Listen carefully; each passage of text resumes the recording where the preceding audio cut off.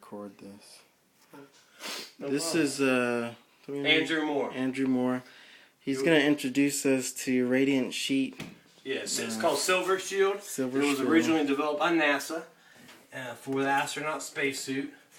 And what I'm going to do is show you the difference between having regular insulation in the house and having radiant barrier, which is a technical term, as well as blow-in insulation.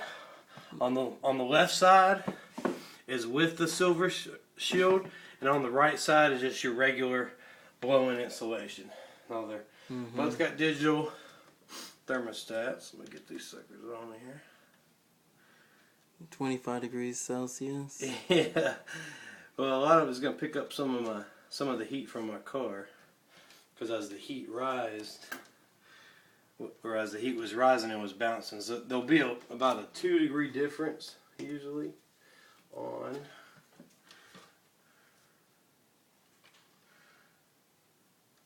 26. I'll get that to Celsius. I'll get that to Fahrenheit.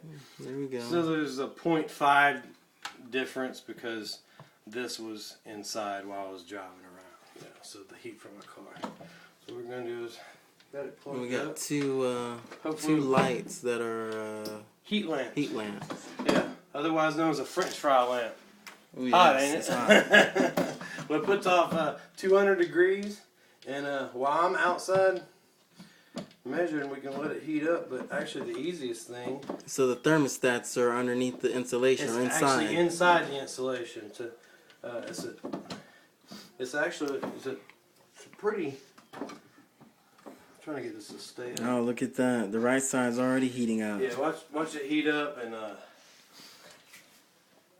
it's gonna cut. It cuts energy costs by up to 30%. We guarantee 25 with a radiant barrier.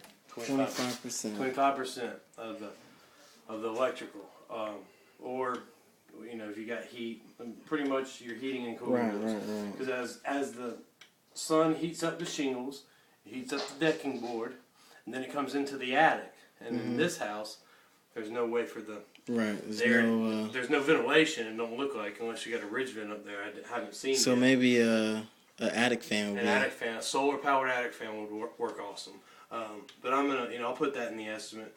But what I really wanted you to see is the extreme difference between having a radiant barrier and then not having a radiant barrier. And I've got the thermostat stuck right in the middle of both of them. And if you can see on the side that doesn't have radiant barrier, we're up 90 degrees, and we're chilling at 78.9. Wow. 79. It'll go up a little bit because this blocks 97% of the radiant energy. So radiant versus convection. Convection is like if we put An oven. like convection oven, or if we put a pot on that stove right there and we put water in it. Okay. That's going to use convection and conduction to heat that water up. Okay. Traditional insulation doesn't. It only attacks convection and conduction. But the most heat loss and heat gain from a home is through radiant heat. And the radiant barrier, which is the technical term that NASA came up with, we bought the rights to Silver Shield from a company called BASF, which they got famous for making products better. And they kind of downgraded it it was really thick. It was like almost 2 inches thick. Right. And the cost would have been just like $7, $8 a square foot. Which is ridiculous. But this is one single sheet, or one thin sheet is equal to an additional 12 inches of fiberglass insulation. Okay. So if you look now, what's going to happen, I'll kind of foreshadow. 107. It'll say it'll get up to about 160 here, and it'll be chilling at about 94 right there.